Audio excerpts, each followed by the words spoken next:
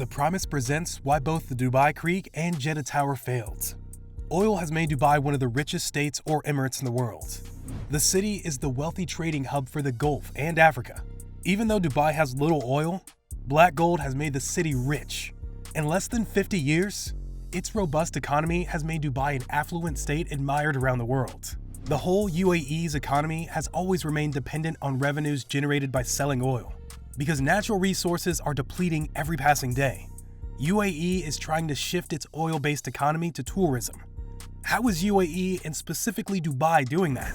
By making monogamous structures that attract a lot of eyeballs. Such structures like Burj Khalifa have the potential to attract tourism, and consequently an alternative economical bloom. If we talk about Burj Khalifa, it brought around 20 million visitors to Dubai, and those visitors spent around $30 billion on the city each year. By making monogamous structures that attract a lot of eyeballs, Dubai did not stop after making the tallest building in the world.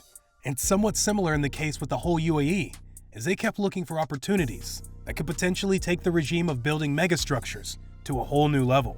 Ideas, i.e. Dubai Creek and the Jeddah Tower, the assessed height of Dubai Creek will be around 928 to 1,300 meters, as the developer Emaar opted for keeping the exact height confidential. Located 8 kilometers east of Burj Khalifa, the finishing cost of this tower will be around $1 billion. Dubai Creek, as per its design philosophy, will emit a beacon of light from its peak at night. At the top, there will be an oval-shaped bud housing 10 observation decks, decorated like gardens inspired by the ancient hanging gardens of Babylon. Special rotating balconies that resemble balconies set at the margin of the deck. Half of such a platform is outside the façade of the tower. The most distinctive feature of Dubai Creek Tower will be its cable arrays, which were inspired by the ribbing of lily leaves. These cables are attached to a central reinforced concrete core. Hence, these cables, apart from serving as garnish items, will also be supporting the tower, and they will have LEDs for scintillating light shows at night.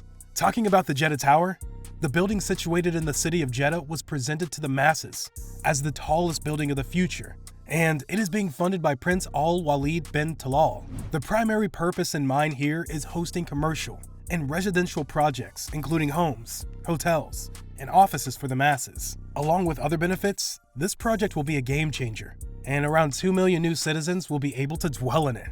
As we know, a massive project of this size isn't going to be cheap and easy, and a considerable sum is needed to see it in its full glory. The initial cost of this 1,000-meter mega-tall structure was around $1.2 billion. The structure, formerly known as the Kingdom Tower, will be a place to the world's highest observatory currently surpassing Shanghai, and it will also have a separate 98-foot diameter outdoor balcony, previously intended to be a helipad. But given the structure's height, it was impossible to land one there.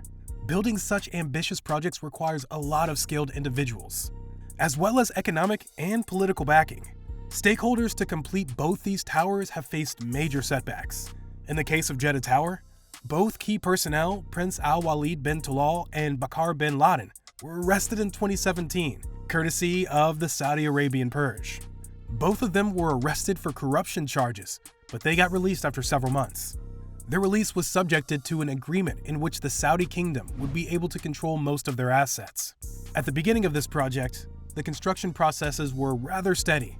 But after corruption charges, followed by labor issues in 2018, because the Bin Laden group failed to acquire funds to keep the construction process going.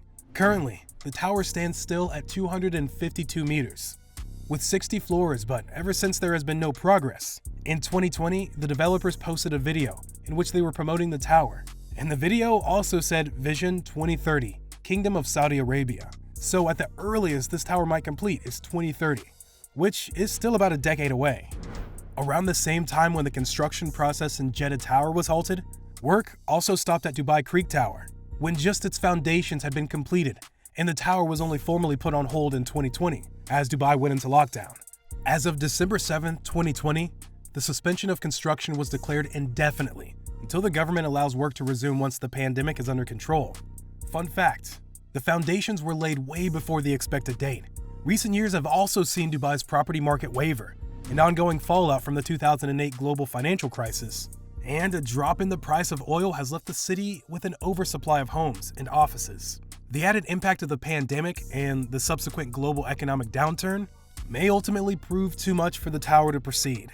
Despite the context, Emaar Properties strongly resisted all the wishy-washy and insists the tower will be completed in 2022.